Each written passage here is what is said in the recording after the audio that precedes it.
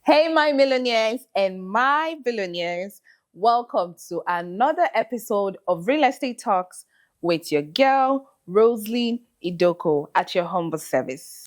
If you were to buy a property today, let's assume you're a first time home buyer or an existing real estate investor, what type of property would you buy?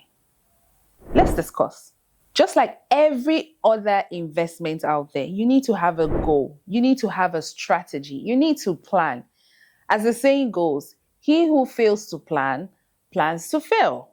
So I will be walking you through on this episode the various investment strategies that you can adopt when investing into real estate. If you have not watched my previous episode on understanding the type of investor that you are, you need to go and watch that episode. I will drop the link on the screen. So watch that episode to understand the kind of investor that you are, and then watch the episode to understand the investment strategies that you can employ.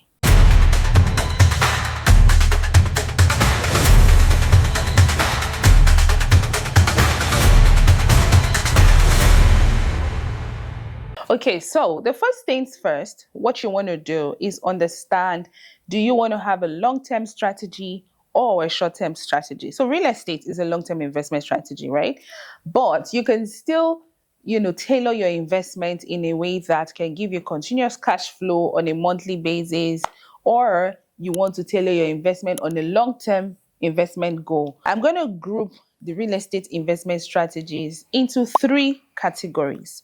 And number one on our list is asset acquisition. Is your investment strategy one where you want to gather assets that you could keep and hold for long-term appreciational value? Some of these assets could be land acquisition. So land acquisition in locations or areas that are still growing, areas and locations that have prospect for growth.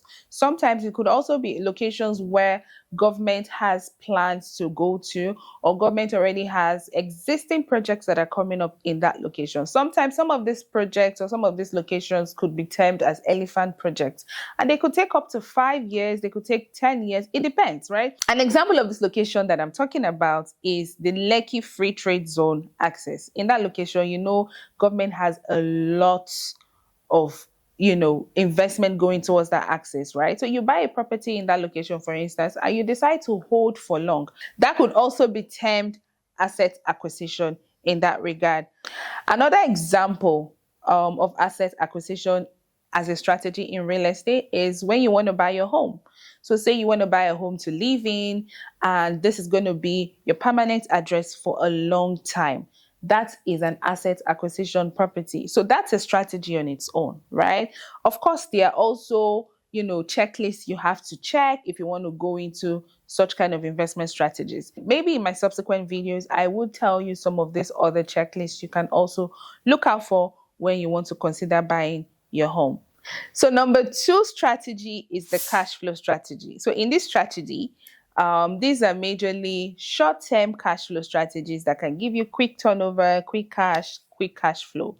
So in this category, you want to look at rental properties that you can use for long-term rentals or short-term rentals like Airbnb, shortlets. You also want to look at buy and flip. So you see a property that has prospects and has great opportunity. You buy it in a very bad shape, you build it up, put it up to a good shape, put it back into the market and sell it for the current market value. So this, can take between a couple of months to achieve. You also want to look at shops. So when you buy shops in, very business central areas, it can give you cash flow. So you put it out for rent because they will quickly go on rentals. You also want to look at, lease properties generally, like warehouses.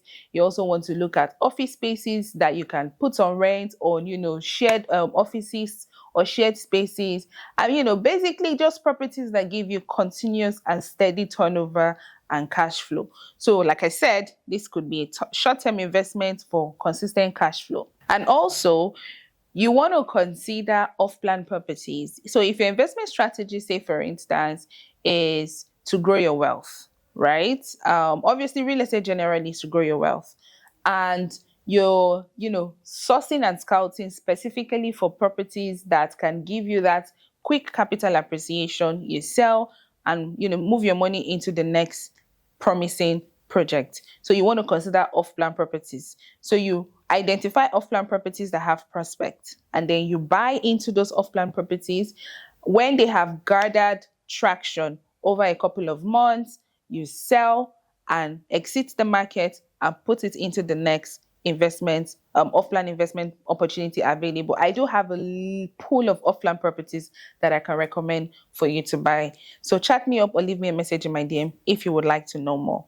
And number 3 on our category is real estate investment groups. So say, for instance, you do not want to be a direct investor, but you still like to invest in real estate. And these real estate investment types are specifically for people, say, who do not have lots of capital and they still want to invest in real estate. So there are various options and opportunities in that space.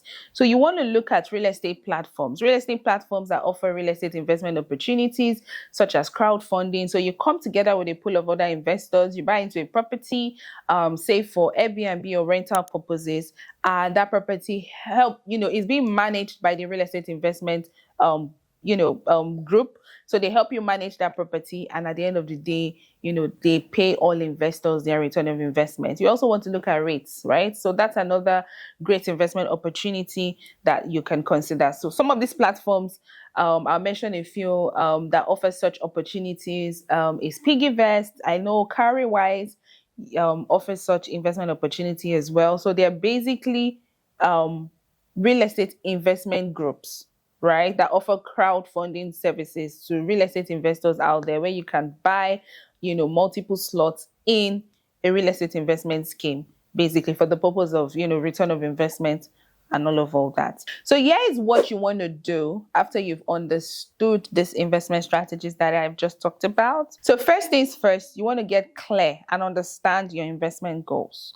You need to know what your goal is. From these 3 strategies that I've mentioned, you pick one, have a focus, have a goal, have a direction, and work towards it. So you come up with a drawing board from your investment goal. Second one is you want to create a detailed financial plan. You have to have a financial plan to understand your cash flow. How do I go into this investment strategies? Say you want to buy off-plan properties, for instance. Off-plan properties offer you the opportunity to key in at the least amount and spread your payment for a couple of months or a couple of years, right?